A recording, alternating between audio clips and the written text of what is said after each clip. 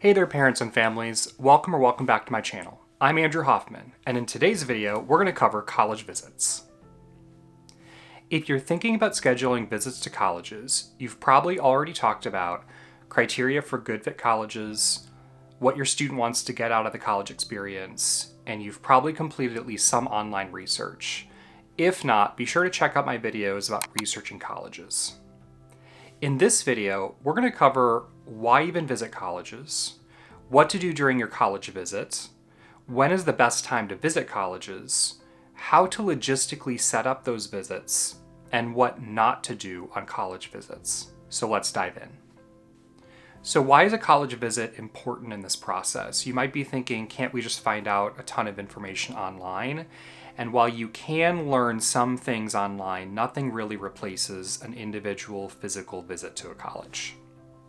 A college visit will give your student a real sense of what it's like to be on that college campus, something you really can't glean from videos or online research. And they'll also get to see what it feels like to be on campus, right? Talking to other students or faculty and staff, and really get to ask those kinds of questions. And it also helps parents like you evaluate the school's culture, resources, and location, and whether or not that's a good fit for your family. Plus, it's a great opportunity to explore a new area, maybe have a nice dinner out on the town, something I can never say no to. Also, stick around for the end of the video, because I'll go over another why of the college visit, in particular demonstrating interest and whether or not that's important in this process. Okay, so for a whole host of reasons, visits matter. Got it. Now let's talk about how to make the most of your college visit. First, start with an information session led by the admissions office. This is tailored for prospective students and their families to get to know the college or campus. This is usually led by an admissions officer, and this will talk about academics, life on campus, as well as the admissions and financial aid process, providing you an opportunity to ask questions. The information session is usually followed by a campus tour. So this is the proverbial walking backwards on campus. I did it, many of us did. This is an opportunity where you can ask questions of an undergraduate student. Sure, they might be paid or they're an ambassador of the admissions office, but they'll usually give you pretty honest feedback when you ask those questions.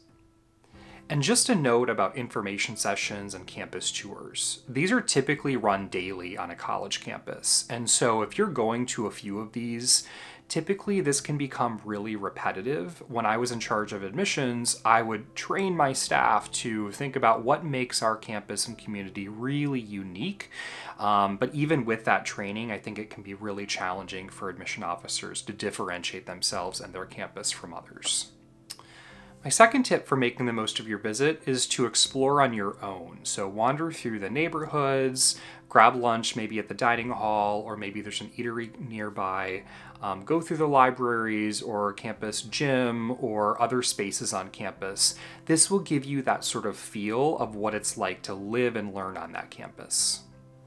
Third, there are usually different options available to you besides an info session and campus tour. You might be able to sit in on classes, potentially an overnight visit. That really is beyond the scope of this video, but that might be an opportunity as well. And then you can always contact faculty members within your major for an individual 15-minute Q&A if you'd like.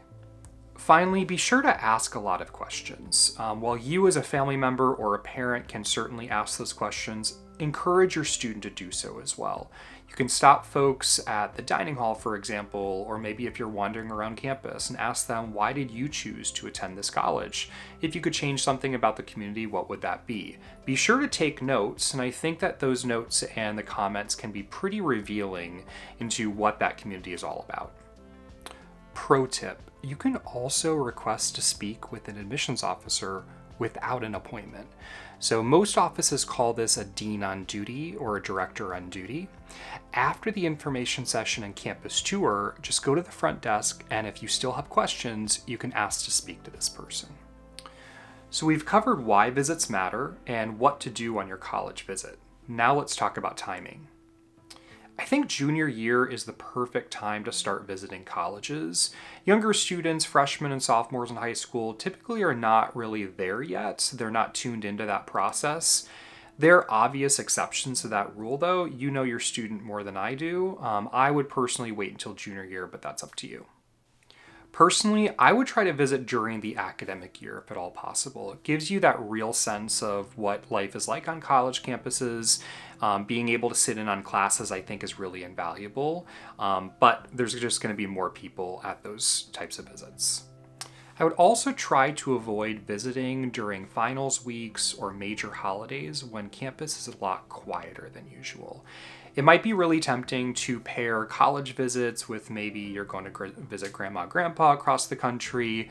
It doesn't mean that you can't do that, of course, but you're not going to get that authentic experience of campus life when the finals and major holidays are taking place.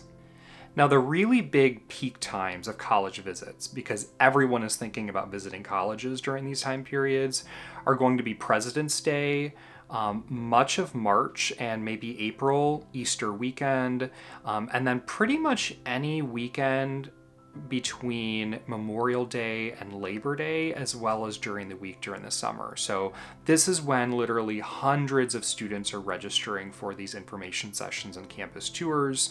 And if you don't plan out several months in advance, at least at the most popular colleges, you might not be able to secure a spot. Now, the fall is also busy, but not quite as busy as those other time periods. Typically, you're going to have a lot of students visiting in the fall, especially around those federal holidays, but that's a pretty good time for you to visit colleges. And then there are the really quiet times on campus when you might be one of only a handful of visitors that day.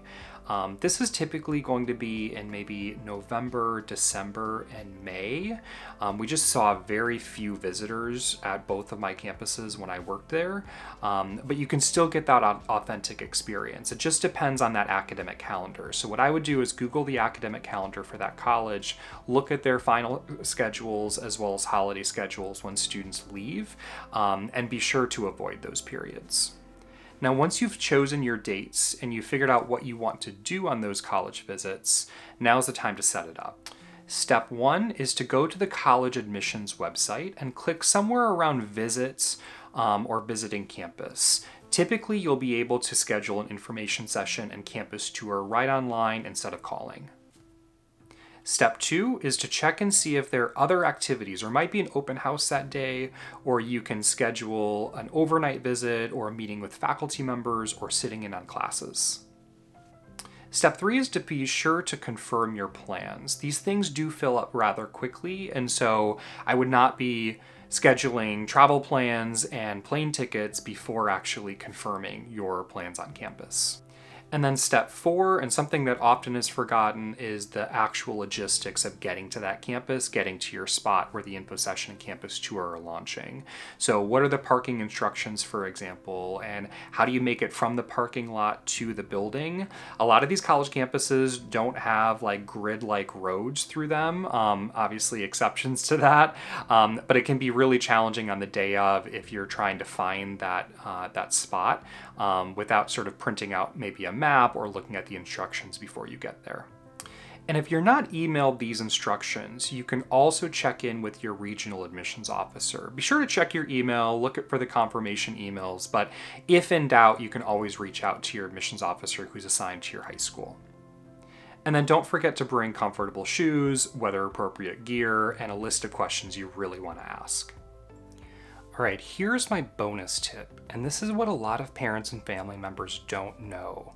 By going on these college visits, you're actually doing something called demonstrating interest. Some colleges track demonstrated interest, or rather how enthusiastic they believe your student is about their college. Visiting campus, attending information sessions, even signing up for emails can sort of show the college how serious the student might be in attending. Now, whether or not that's true, the college doesn't really know that information, but it does not hurt to do these things just in case the college does take demonstrated interest into account. Now note, this won't be a factor for every school your student is considering, but it's certainly worth keeping in mind for those who value it. Now, to learn even more about demonstrated interest, sign up for my course called the Parents Ultimate College Admissions Course, and that's at my website, AskDrHoffman.com. This course is filled with admission tips and digital downloads and really helpful advice based on my experience as a longtime admissions officer at some of the nation's most selective schools. Before we close, let's talk about what not to do on a college visit. Don't insist on meeting with your regional admissions officer. Depending on the time of year, they might not even be available. In the fall, admission officers are traveling all across the country and all over the world, visiting your communities. And in the winter and spring, they're behind closed doors making those admissions decisions.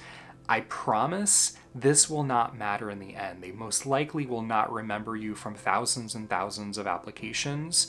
And if you're pushy about it, it might actually work against you.